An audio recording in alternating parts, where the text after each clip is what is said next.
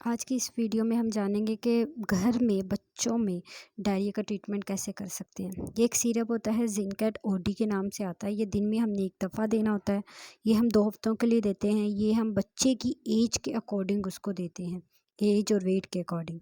ये इंटेरोजर्मिना एम्प्यूल्स होते हैं, 2 बिलियन और 4 बिलियन के फार्मूला में आते हैं। ये भी हम बच्चों में अकॉर्डिंग टू एज और वेट देते हैं।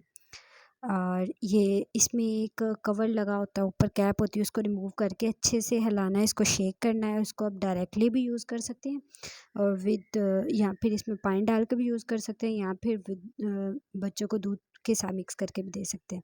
उसके ये बाद एक पेडिट्रॉल ओआरएस साशे मिलते हैं, ये आपने बच्चे को देने होते हैं।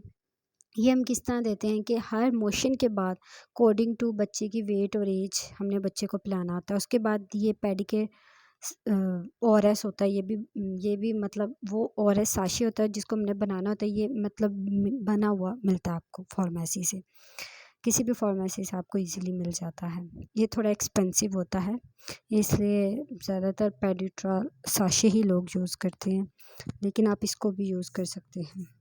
उसके अलावा जो छोटे बच्चे होते हैं, बिल्कुल जो लेस दैन 3 मंथ के होते हैं, उनमें हम लो ऑस्मोलर ओआरएस देते हैं उन बच्चों को।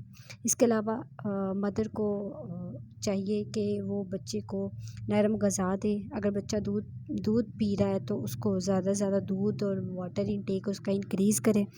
उसके अलावा ये जो बाहर से जूस मिलते हैं डब्बे वाले, वो नहीं पिलाने बच्चों को, वो आपने फ्रेश जूस वो दे सकते हैं आप बच्चे को। और इस ट्रीटमेंट के बाद भी बच्चे की तबीयत अगर बेहतर नहीं हो रही तो मदर को चाहिए बच्चे को हॉस्पिटल में जाके डॉक्टर को दिखाएं। Thank you.